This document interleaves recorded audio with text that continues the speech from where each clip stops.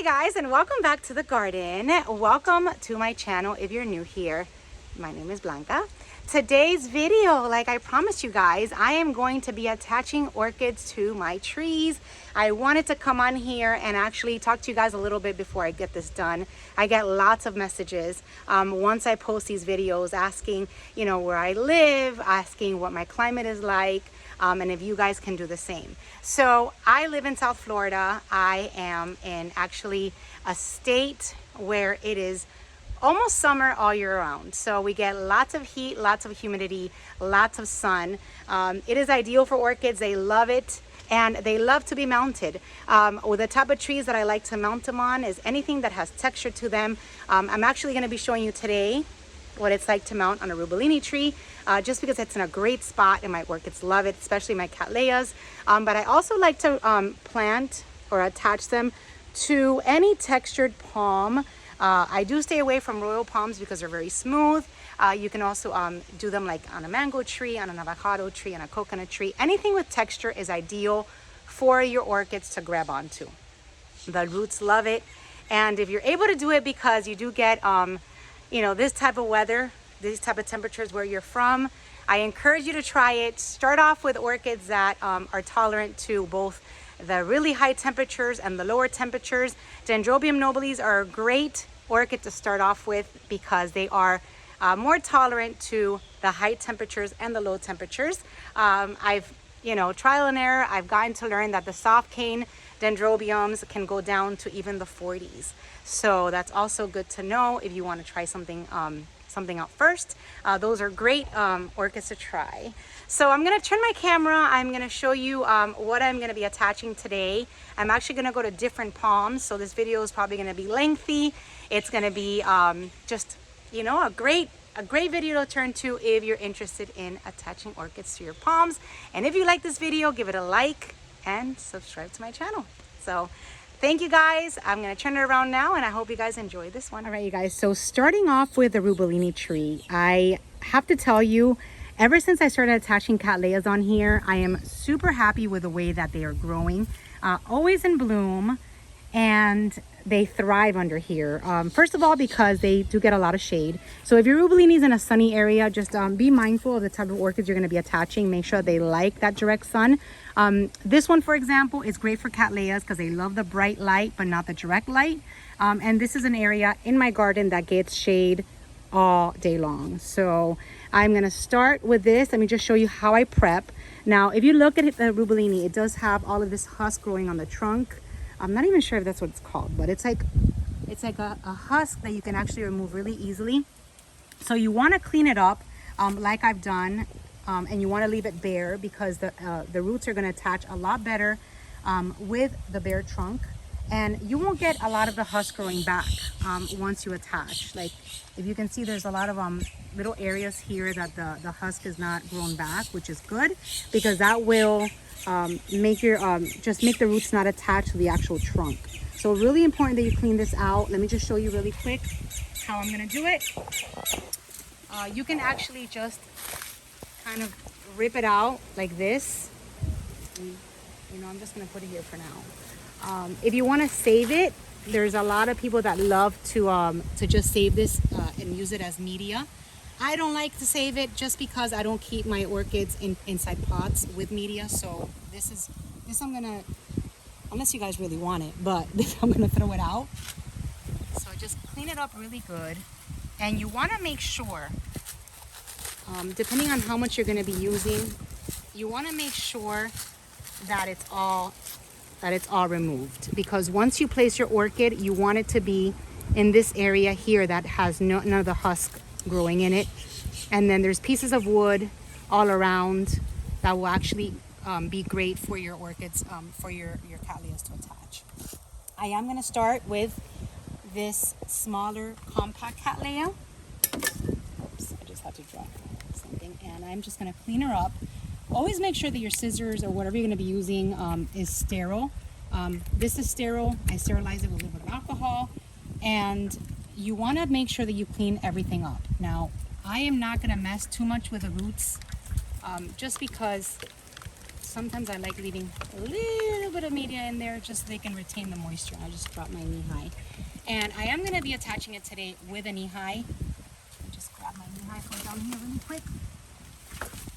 Just because it's stretchy, I can get around the entire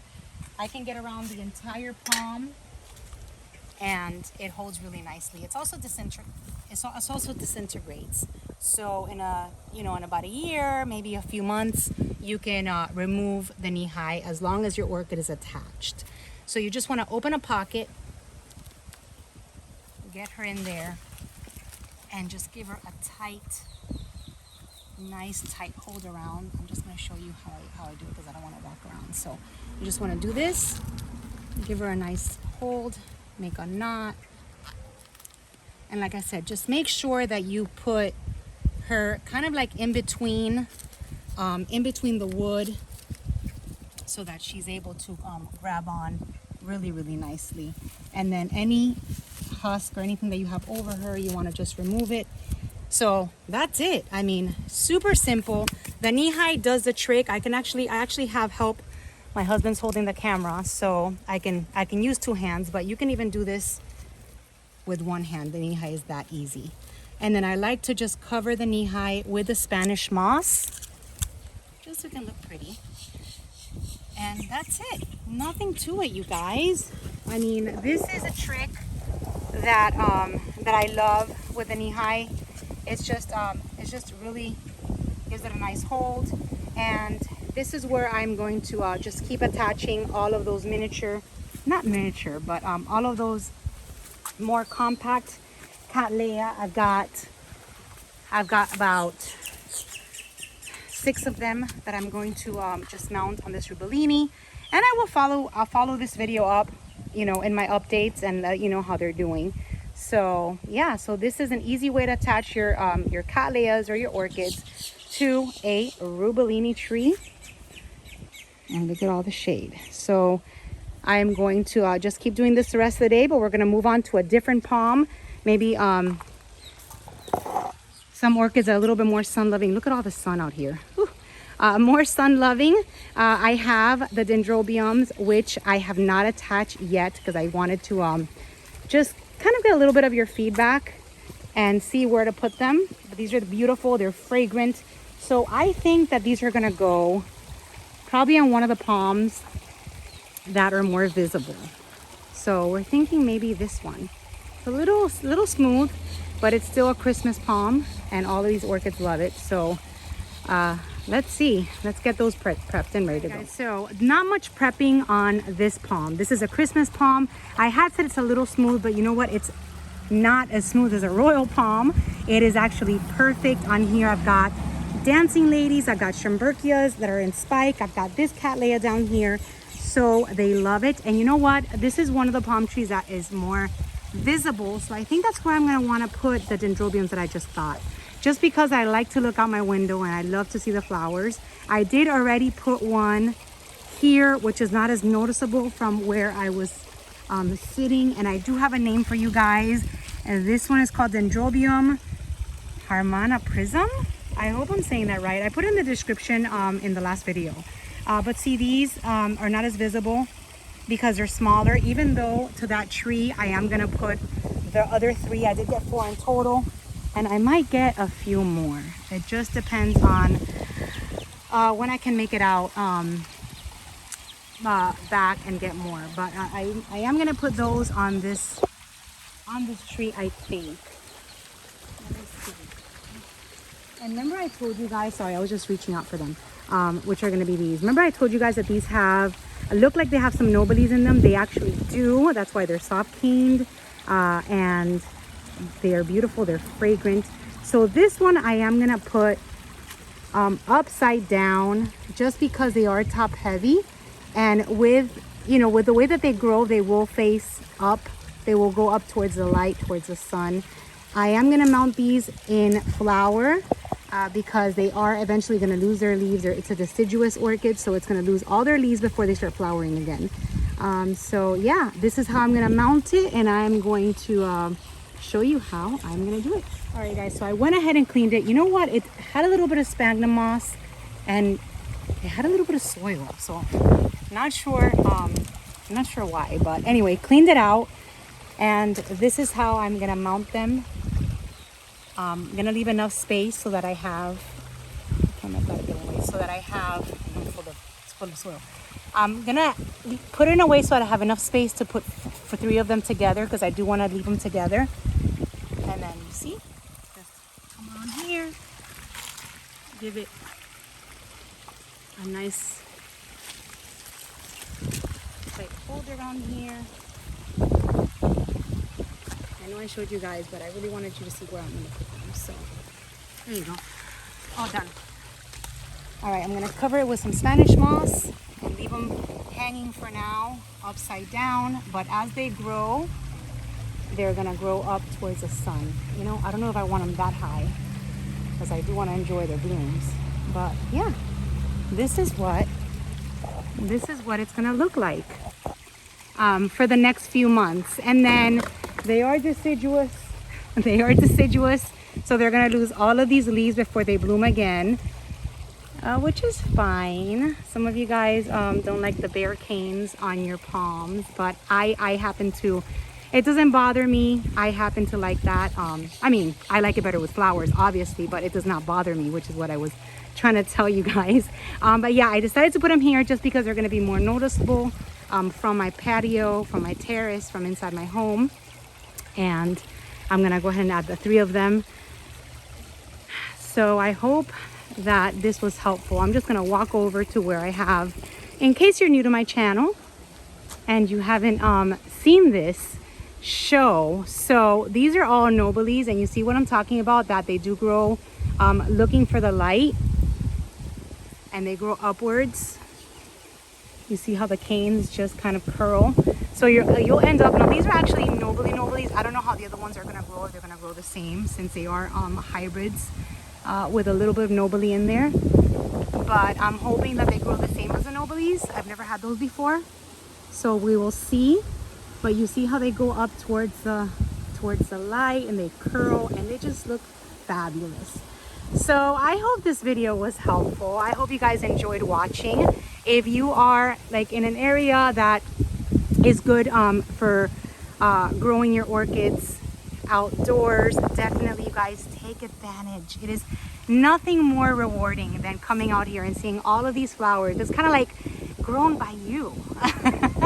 I mean, I know we're just attaching, but yeah, with the care and the love that you give them, you're always gonna have just beautiful flowers blooming,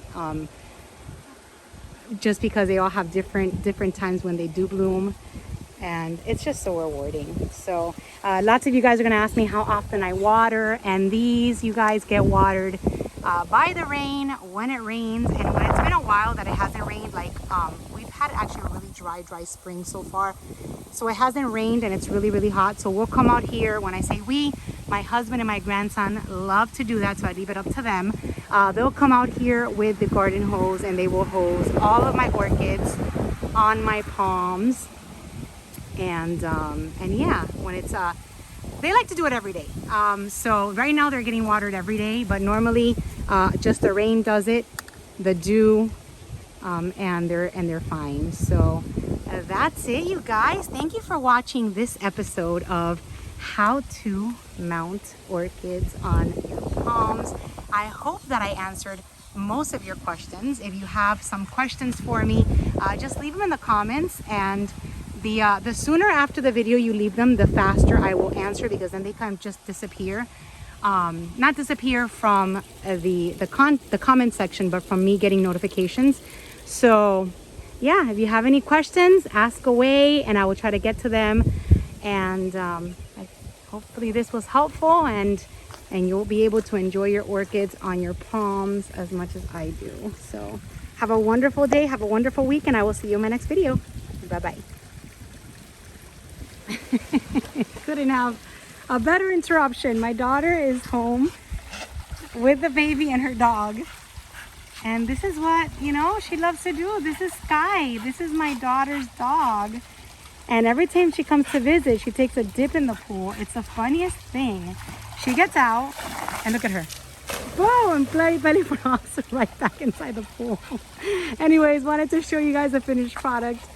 My dendrobiums are on, they're attached. I actually put two here, and then I put, let's see if she lets me. And then I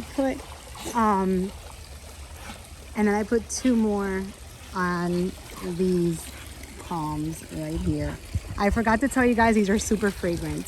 So I didn't want to put them too high so I can smell them when they bloom. They smell like jasmine.